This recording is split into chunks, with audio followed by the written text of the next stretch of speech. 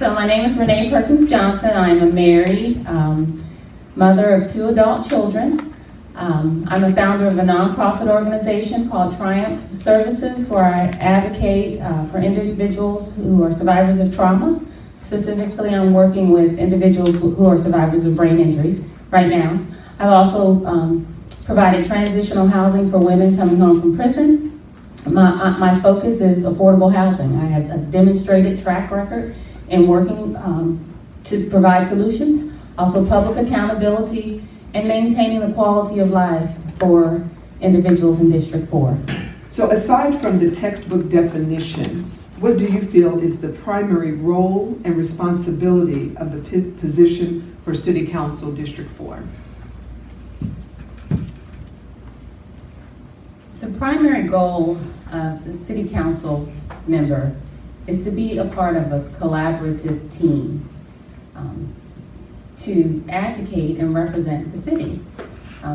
We all know that you need a minimum number of 6 votes in order to get anything done. So my strength is building relationships and working with people in solving problems.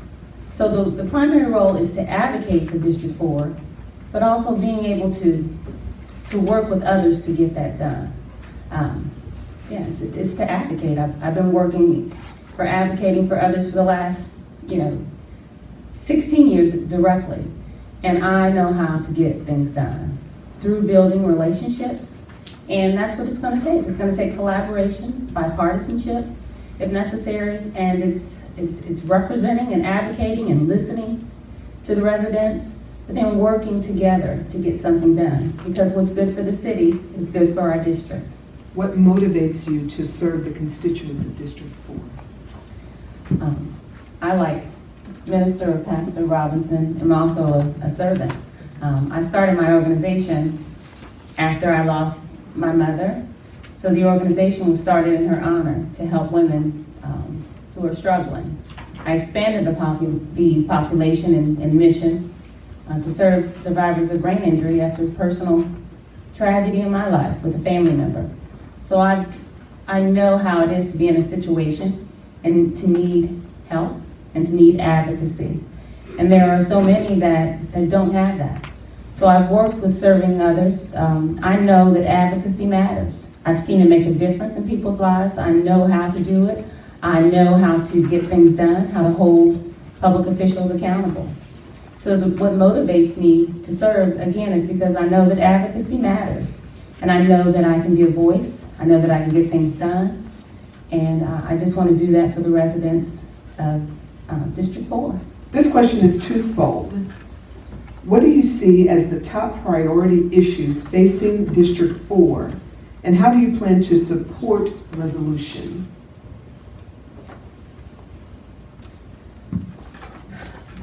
So top priority for District 4 is strategic growth. We are a very fast-growing district in our region, so I think we have to be strategic and proactive in the growth. Again, I want to work with City Council. I want to advocate for our area. I'm a strong proponent for affordable housing, but I also know that it can't be congregated in one area. There has to be equitable housing solutions. So I want to work with City Council and with the developers and with the residents and taking the opportunities and being proactive and considering the traffic and considering the infrastructure and considering the schools and the crowding and asking the hard questions up front and proactively so that we continue to be a great area, continue to grow, but to grow strategically and to grow smart. I went to a City Council meeting and I saw this sign and I kept it because I want to keep that in front of me. I want to make sure we're getting community input and considering the community when we're making those decisions. So I see that as the priority, just maintaining the quality of life for this district, but also doing it strategically, doing it smart, and considering all of the aspects to make those good quality decisions.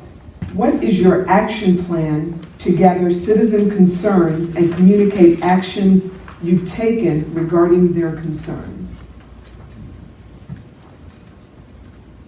So one of the things that I thought about after I went to the city council meeting and saw this, and I've also heard from residents that they want more communication, such as a newsletter, a routine newsletter to the district to tell them what's going on. Also, community engagement teams. I'm kind of big on team, but I know that we need to collaborate. We are in a housing crisis. We're in this growth, super growth. So right now there needs to be all hands on deck. And what that means, city, county, someone from the school district, and maybe these teams of people, real estate professionals, and bring these teams to the community and do workshops with the community routinely or quarterly and meet with the residents. How do I save my home if my taxes are going up?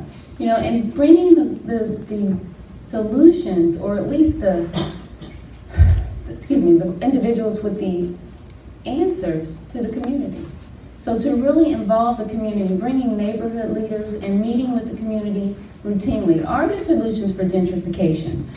Are land banks or the land, the land bank, or is that a solution? Or what are the answers? So just bringing the experts to the residents so that they have the ability to ask the questions. Community engagement.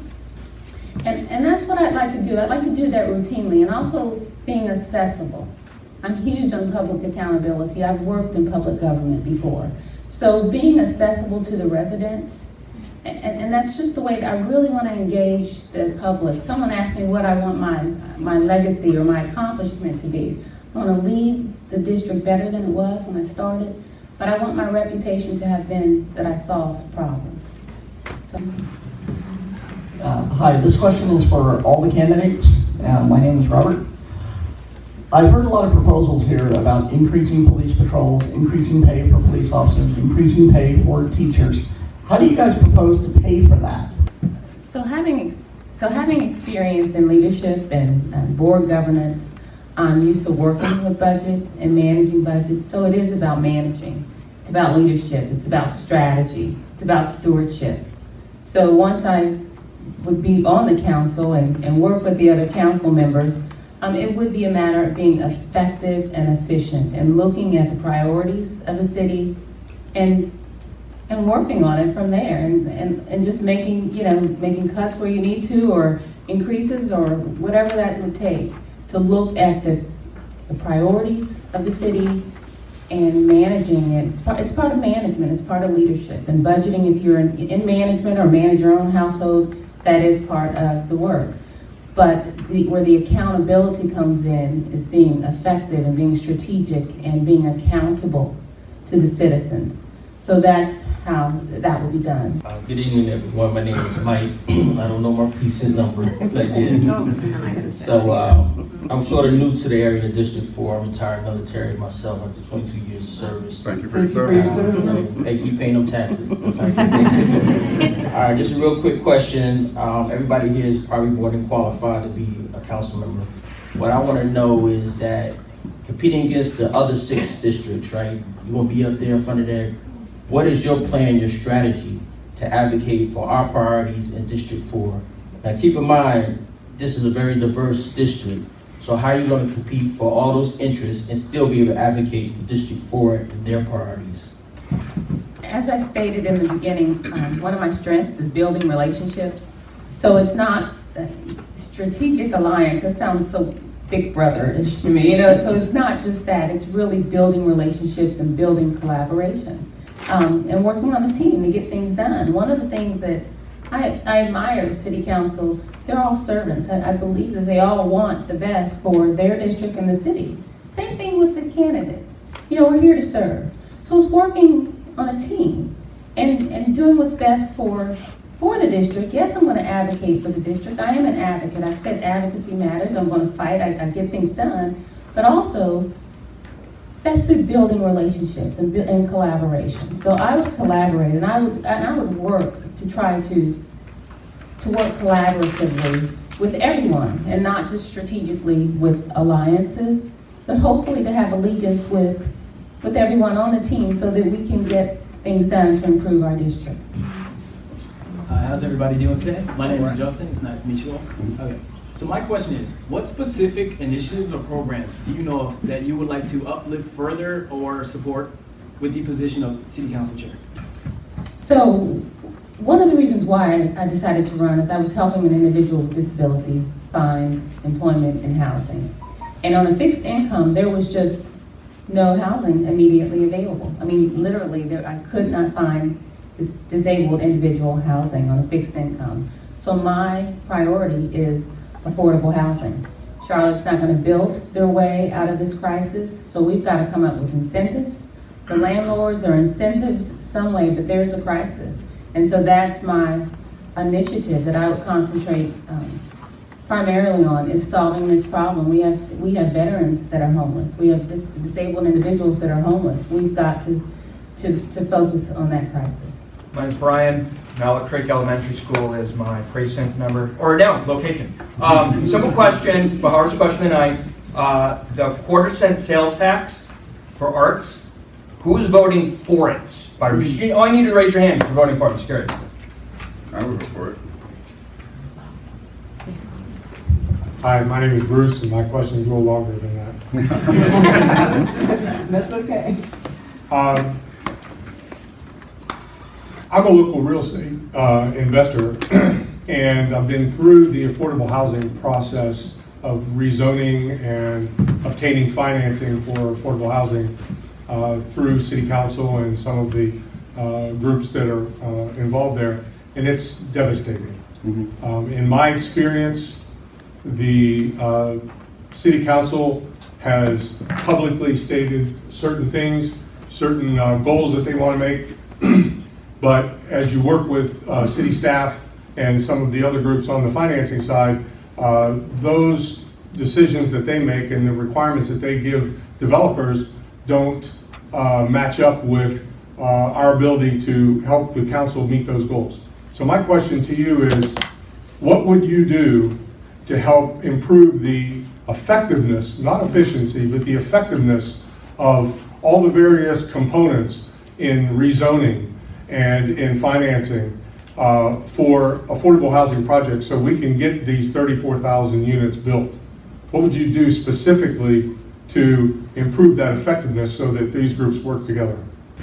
So when I hear your question about zoning, I think effectiveness, you said effectiveness. So yes, that's one process, but the city has to be accountable to the residents and to the constituents. So all of their processes need to be as effective and as streamlined as possible.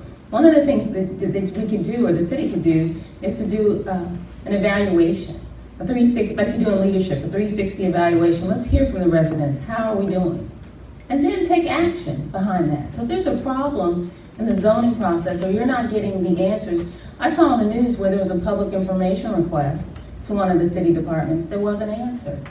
That's not acceptable. That's the law. There's a sunshine law for that. So there has to be some accountability and some effectiveness. So yes, you're talking about the zoning process, and there are solutions to streamline the process, but it's more global. It's bigger than that. The city, and that's what I'm for, is public accountability. If you're having an issue with one of the departments, reach out to the city council, get some resolution so that you can be held. I guess they say the best for last. Good day. I want to thank you all for being here. I am Janice Farguson Jackson. I live in Precinct 105. I hear a lot about town halls, partnerships, teamwork, and such, but who are we going to form these alliances with if not the residents? Because really and truthfully, this room should be packed. And I felt the kind of way that I just found out about this meeting the other day, but what are you going to do as far as engaging community to get people out, get people interested? The police, they are doing what they have to do, and they already stretched. I graduated from the Citizens Academy, and it was a blessing that those officers gave their time to work with us. considering that they're doing a lot. They are really doing a lot, and they're stretched for that pay. Teachers, they're understaffed, but they're teaching, their parents, their mental advisors, they're stretched. Everyone working for the city is stretched. So what are we gonna do to get, not even parents, but more residents in here? We already have programs for, my daughter did the MY, Mayor's Youth Employment Program, that worked. She went to South Mid High, that worked. I mean, they have other jobs like Goodwill, they have Urban League. All these people have technical jobs where education with students or residents can take advantage of. But how are we gonna get people involved to come out? How are we gonna like rekindle, ignite some kind of fire under people so they can come out and have this room full by the time the election comes? Right. I feel like my precinct was left out, and my precinct was left out. I lived on the south side. My kid said to me today that he wished we still lived in Pineville, but Pineville is unaffordable right now.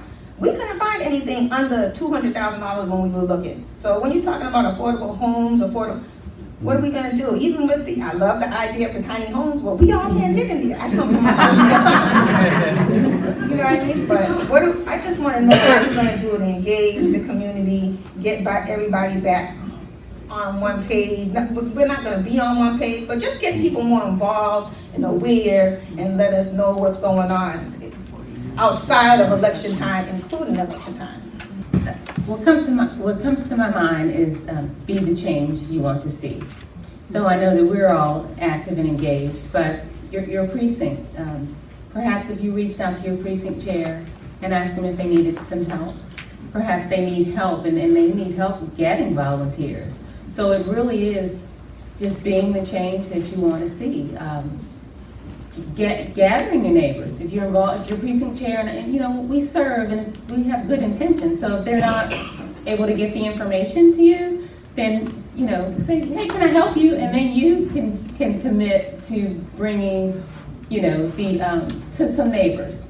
So that's just what comes to my mind. We all have to be active, and we just have to, you know, try to make those things happen. So if you can help your precinct chair and send out notifications and invite some neighbors, you know, we can't control what others do, but we can certainly, you know, try to be a part of that solution, which you are, but continue to do that.